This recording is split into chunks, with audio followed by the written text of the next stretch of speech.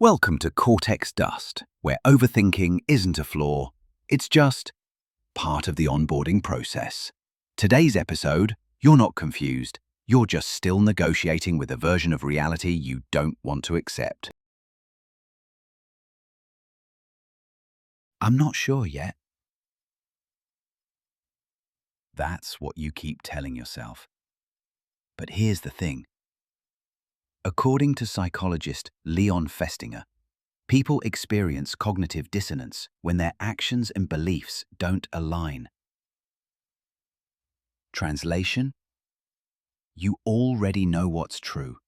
You knew it yesterday, in that half-second pause before you clicked play next episode. You knew it last week, when your stomach tightened for no reason during dinner. And you definitely knew it the moment you asked 3 different people for advice and hated all of their answers. That's not indecision. That's emotional bargaining. You're not waiting for clarity. You're waiting for a version of the truth that feels less expensive. One where you don't have to leave, or admit what didn't work, or become someone who finally lets go. But that version doesn't exist. So you wait, and you call it thinking. Here's the inconvenient part.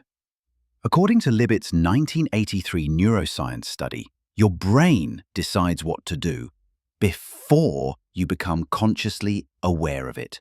Not milliseconds, seconds. And later studies, Soon et al. 2008, they went even further. Your brain can predict your decision up to 10 seconds before you think you made it. So when you say, "I'm still thinking about it," what you really mean is, my brain already knows, but I'm still writing the press release. The prefrontal cortex, your logic center, it's not driving. It's just doing PR for a decision that was made emotionally by the amygdala, that tiny almond-shaped alarm bell in your skull. You didn't reason your way here, you felt something. Then you built a PowerPoint and called it processing. It's not shameful. You don't choose truth, you feel it. The only choice left is whether you'll listen.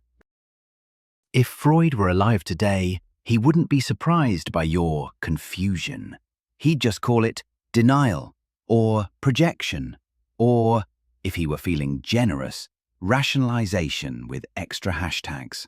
According to Freud's theory of defense mechanisms, your ego will do whatever it takes to protect you from truths you're not ready to name. So, instead of saying, "I'm afraid to leave," you say, "I don't want to make a reactive decision." Instead of, "I already know this isn't working," you say, "I need more clarity." And instead of, "I can't handle the fallout," you tweet, "Still in my introspection era, just vibing." Look, it's not your fault. The mind's job is to not collapse. So, when reality threatens your sense of self, the ego sends out the defense crew: denial, avoidance, a Pinterest board full of mantras you don't believe. And just like that, you're not resisting, you're just healing. Freud would be exhausted, but he'd understand. You're not choosing between 2 real options. You're choosing between now and maybe. And your brain, bless its gullible little circuits, is wired to chase the maybe. Enter dopamine. Not the pleasure chemical, the anticipation chemical. See, your brain doesn't get high on what's certain. It gets high on the possibility of reward. This is called variable reinforcement, the same psychology behind slot machines. It's not about satisfaction, it's about suspense. That's why you keep saying, "Maybe it'll feel different tomorrow. Maybe they'll change. Maybe I'm not done yet." No, you're done.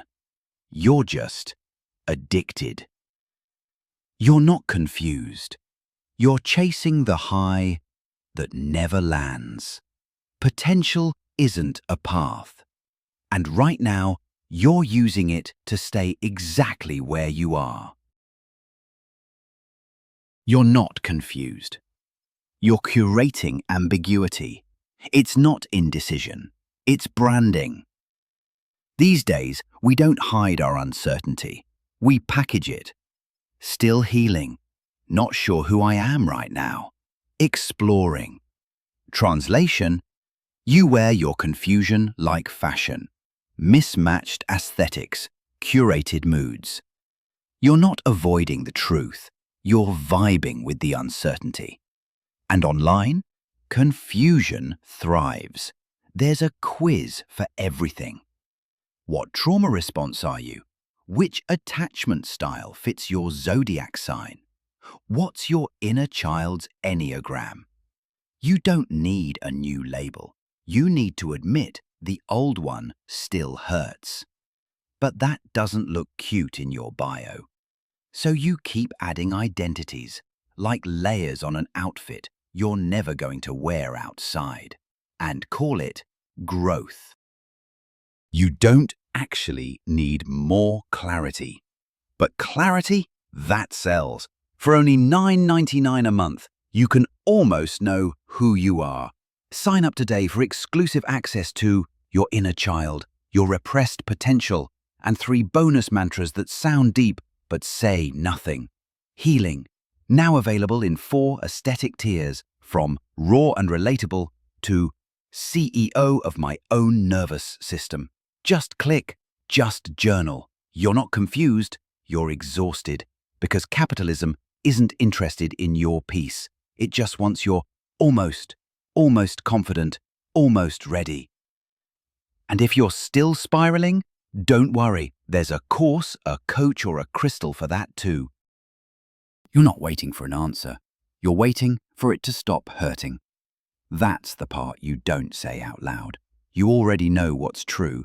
You just want a version of it that doesn't ask you to let go, that doesn't make you feel like a failure or a fool.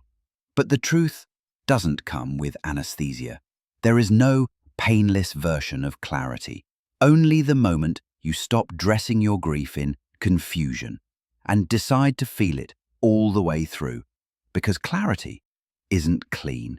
It's messy, it's ugly, and it's yours. Not when you solve it, but when you stop pretending it's a puzzle. There is no version of you where this never happened. Only versions where you stop pretending it didn't. Not the one who rises above, not the one who rebrands it as a phase, not even the one who makes it content. You don't heal by rewriting it. You heal by letting it stay true, even when it ruins the vibe. No filters, no metaphors, just you. Still here, and somehow still honest. That's the version worth becoming. This was Cortex Dust. New episodes every week for the thoughts you almost said and the feelings that got there first.